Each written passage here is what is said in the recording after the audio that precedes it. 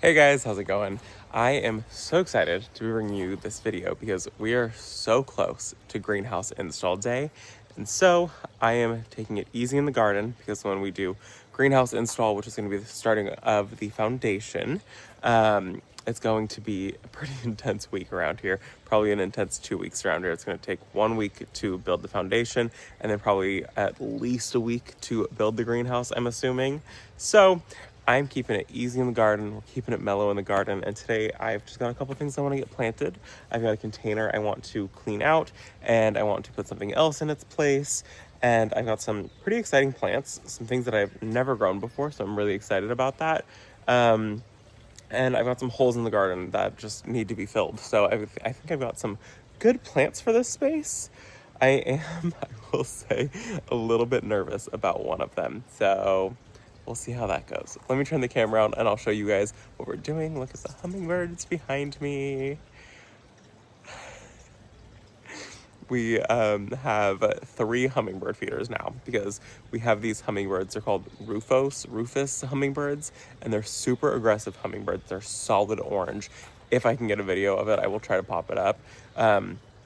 They're very territorial for hummingbirds. They don't like any other hummingbirds near their food. So we've got now 1 hummingbird feeder here, and then we have 2, and Brent, we have 2 hummingbird feeders right there. So that way they're kind of like spaced out a little bit, and the hummingbirds can actually come eat because the Rufus hummingbird has been attacking anybody who goes to those ones. So we moved this one over here hoping that we can be like, okay, you guys can come over here and still eat. Yeah, so now we have 3 hummingbirds. We're super crazy hummingbird people.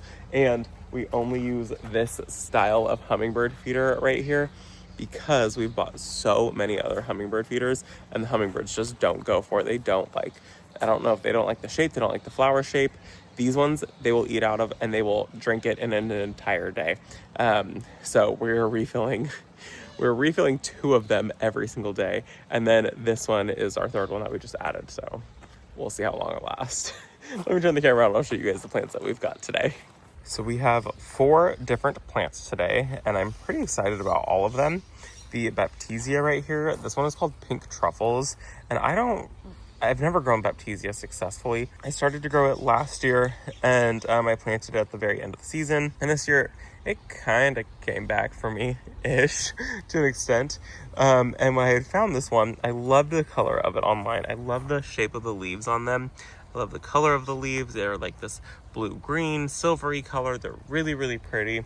I had seen some of them at this garden that I had gone to. Her name is Monica. I went to her garden in Ohio and I toured it. She had one of these plants and it was absolutely massive, and even the seed pods on it were really, really pretty. This one gets about 4.5 feet tall and wide, so absolutely massive plant. I didn't realize that when I placed my order for this one. I thought it was a smaller one. I have another one that's a smaller one, and I thought that they were the same size.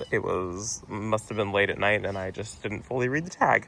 Anyways, full sun lovers. This one has these like soft pink flowers on the top of it, and it's pretty compact, and they should like just fill out and then they'll die back and it'll just be this really pretty like green plant, and then they'll die all the way back to the ground in the winter time. It says that it grows best in full sun to average to poor soil while draining, and it's moderately drought tolerant once established, and it's supposed to be a really long living perennial, so that's exciting, and it's hardy in zones 4 through 9.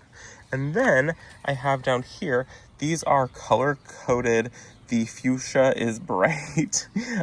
These are an echinacea, and I have terrible luck with the echinacea. Some people grow them really, really well. Not me. I don't. I have terrible luck with them. They rarely come back successfully for me. I think it's the like gophers and moles get them. I don't know. These ones get about 22 inches tall. This is also a full sun lover. Hardy in zones 4 through 8. I am in a zone 9, so that also probably has something to do with it. The blooms on this one are supposed to be 4.5 inches. So these are not quite there yet, but they're also in their nursery can, so they're probably they're looking a little bit sad. Like, I love them even when the petals like die back on these. I love these seed heads right here. I just think just those itself are super interesting. So I don't even mind when all of the petals die and they have these like cone shapes on them. I think they're really, really pretty. I'm just hoping that I can be more successful with them. Back here is a plant that I have never grown. I've got 3 of them. Oh, I have 3 of these also. So I've got 3 of these, one of those. And then these right here are called Prairie Princess Veronia, and I've never grown Veronia at all. I just saw it online. I was like, wow, this is really, really pretty. It gets about 30 inches tall, and it's hardy in zones 4 through 9, full sun lover also. And I like the like strappy leaves on it. I thought that was super interesting. You guys also know I'm a sucker for a dark stem. I don't know why. It's just something that I really love is a dark stem. This is like a purpley black stem, super interesting. This says that it needs as much sun as possible. If it is grown in a partial shade area, it'll kind of stretch and it won't be a like full plant.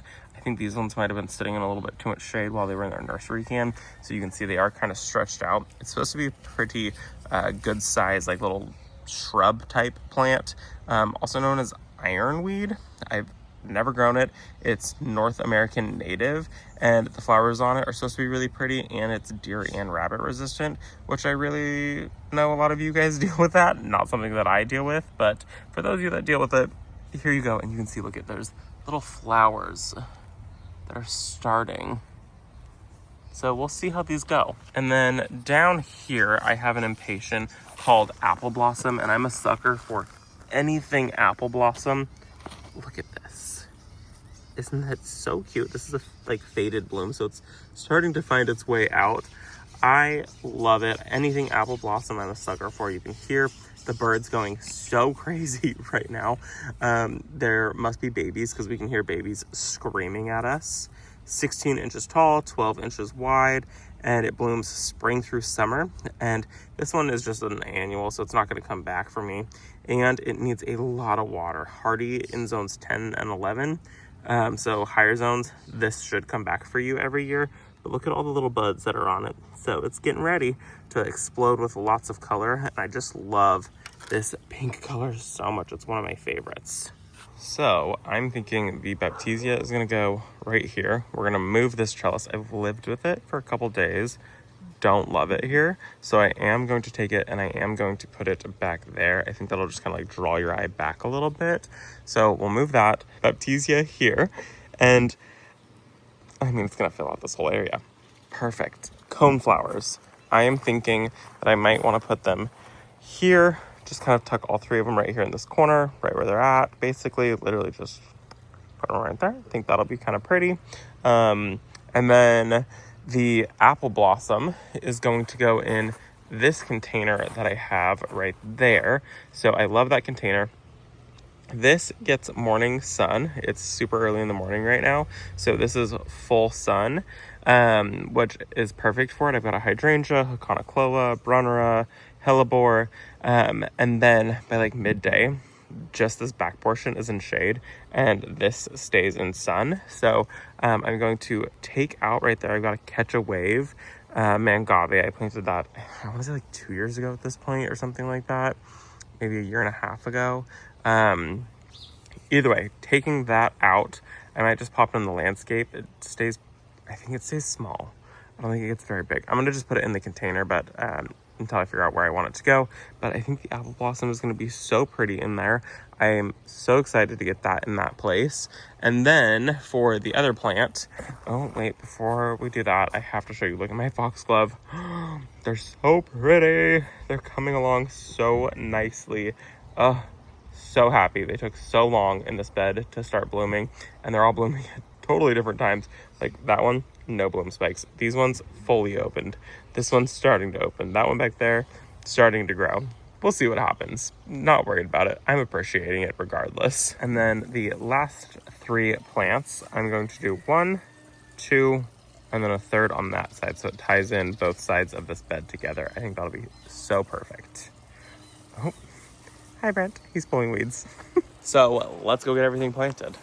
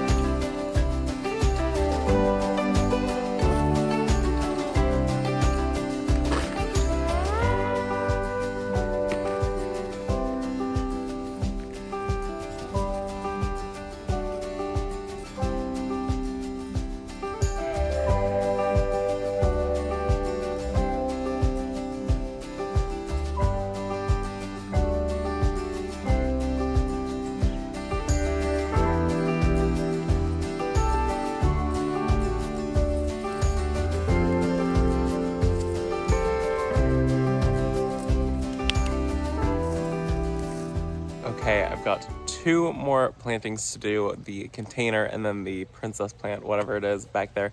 It is so bright outside. It's crazy. It's funny because we've had some storms that have been rolling through, and it's been kind of overcast, and it's been like rainy and like cloudy and been really nice. And today is not that day. So it's a little bit of a shock to the system. So if it is hot where you're at, please be wearing sunscreen. I mean, you should be wearing sunscreen year round. I wear it year round. If you're outside in the garden, wear sunscreen today. Let me turn the camera on. I want to show you guys this planter because I'm going to get questions about it. So this container is from Campania. I picked it up locally. I will try to find a link for it online. I think I found it online at one point. I will continue to look and see if I can find that again. But it's so pretty. It's got this like orchid on it, like right under here. See that orchid? Isn't that so cool? I love it. I just don't love this plant in there. I mean, it was fine. It worked for a year, but I do want to take it out. She's looking a little leathery, not the greatest. I don't love this purple, like silvery cast that she's got. So we are going to take it out, and I'm just going to put it in a nursery container until I figure out where I want it to go. It might be something that goes in the greenhouse. I don't hate the plant, but that begonia that's going to go in there is going to be so pretty. I'm very, very excited about that. Oh, the reason that it looks so bad, holy cow, the irrigation came out. Okay, that's probably why it's not looking very good. Oh. It's always something here. Things are constantly popping out irrigation, so have to keep an eye on those things. That has been out of the irrigation for who knows how long. Whoops. Let's go ahead and take that out, and then I will put something good in that container, and I will make sure it's hooked up to irrigation right this minute.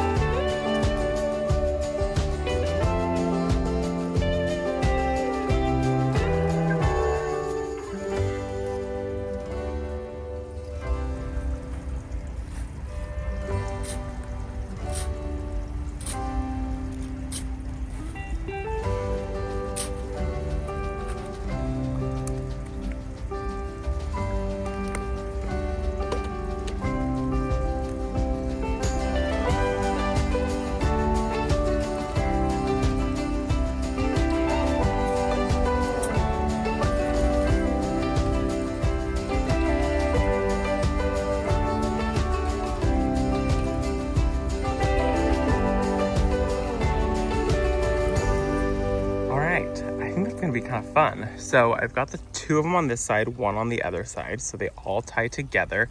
Yes, they're close to the edge.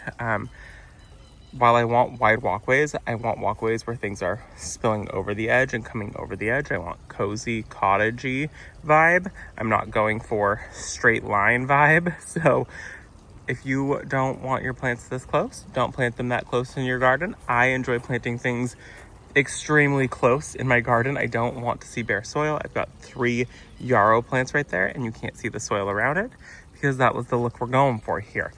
I've got the 2 here, 1 on the other side, and then it'll have the grass coming up through the 3 of them. or well, to the side of them, but same vibe. I like it. I think it's gonna be really, really pretty. Dahlias on that side, yarrow on this side. My sedum is doing something so weird. Help me out. I've never grown lemon coral sedum before, and I think I grew it one time in a container or something like that. It's all flowering, and it's so long, and it gets full sun. It gets the most sun on the property. Is like this bed, and this bed get the most sun. I don't know what's happening. It's full of flowers. I think I might pull it. I don't love this. It's not my favorite. I do see bees on it though, so I might just wait till it starts to like stop flowering, and then I might pull it, but I don't love it. Is it getting too much water? I don't know what's happening. Anyways, over here, this looks really good too. That's gonna be so much better in that container. It's gonna fill out that little corner, give me lots of little apple blossom colored blooms. I love apple blossom anything. It is my go-to, it's my favorite. Tell me it's apple blossom, I'll buy 12 of them. Ooh, I just realized this has a lean to it and needs to be re-staked up. It looks like the bungee cord is not bungeeing anymore. It looks like it lost all its elasticity. I will have to stake that up. That's our hop seed bush. And then these guys right here. So good. It'll be so nice right up against the walkway. They're gonna be perfect. And then the Baptisia right here. Also perfect. So it's the end of the day now. And it feels so nice. It's all cooled down. It's beautiful outside now. The birds are going so crazy in this tree right here. I wanted to give you guys a update. So we have had some solar lights that I bought 2 months ago, and I wanted to live with them for a while, see how they actually worked, see if I actually liked them, and before I gave my seal of approval on them. So I was talking to Erin from The Impatient Gardener when I was up in Seattle months ago, and she has some Hoselink solar lights, and so I wanted to show you guys these solar lights. I have loved them. We don't have power in this one area, and I didn't want something that was like always on, but I also wanted something that lit up the pathway, so if it was dark out, it would be bright enough no matter what time we came out.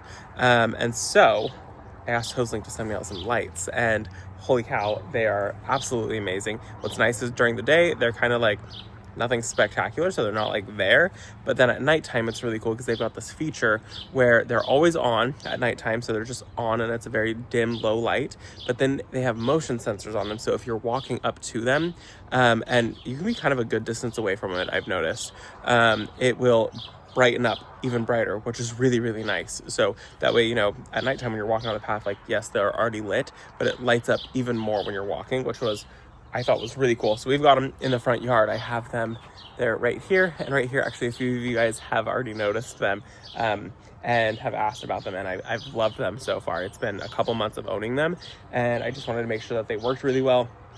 And I was talking to Erin, and she's had hers for a very, very long time. And they were saying that they're designed in Australia, and Australia heat is like super intense, just like Northern California heat is super intense, and the sun is super intense. So they last in the hot afternoon sun, and they can totally just cook and bake, and it's not an issue. Like a lot of solar lights, I will buy the super cheap ones. I'll buy the like 4-pack for like 20 bucks.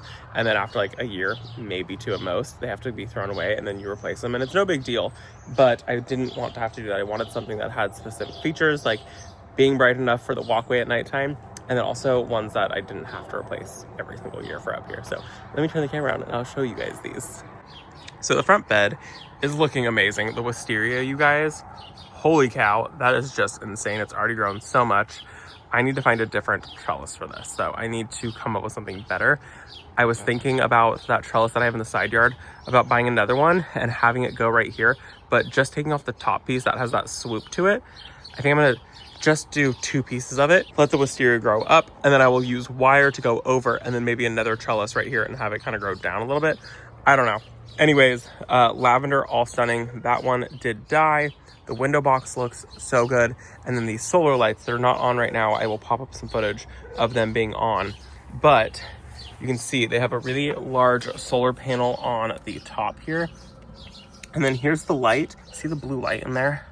So it is sensing for daylight, and then that's when they'll turn on. And then this is the motion sensor, and then this is the light, and it's got 2 different settings in it. So I've been really happy with them. They're really tall, and I like it because they're not like super showy lights. They're just kind of there, but then at nighttime, the lighting that they cast is really, really beautiful. So I've got 2 of them. I've got one here and then one over here. So that way this pathway is very nicely lit up in the evening time. I also have some alyssum that I just couldn't, you know, pull. I just couldn't bring myself to pulling it. Technically it's a weed and not bed, but it's just so cute. So that, my friends, is going to be it for this video. I hope that you guys enjoyed it. We got a lot done in the garden and I could not be happier. Thank you guys so much for visiting our garden. I will see you all in the next video. Bye, guys.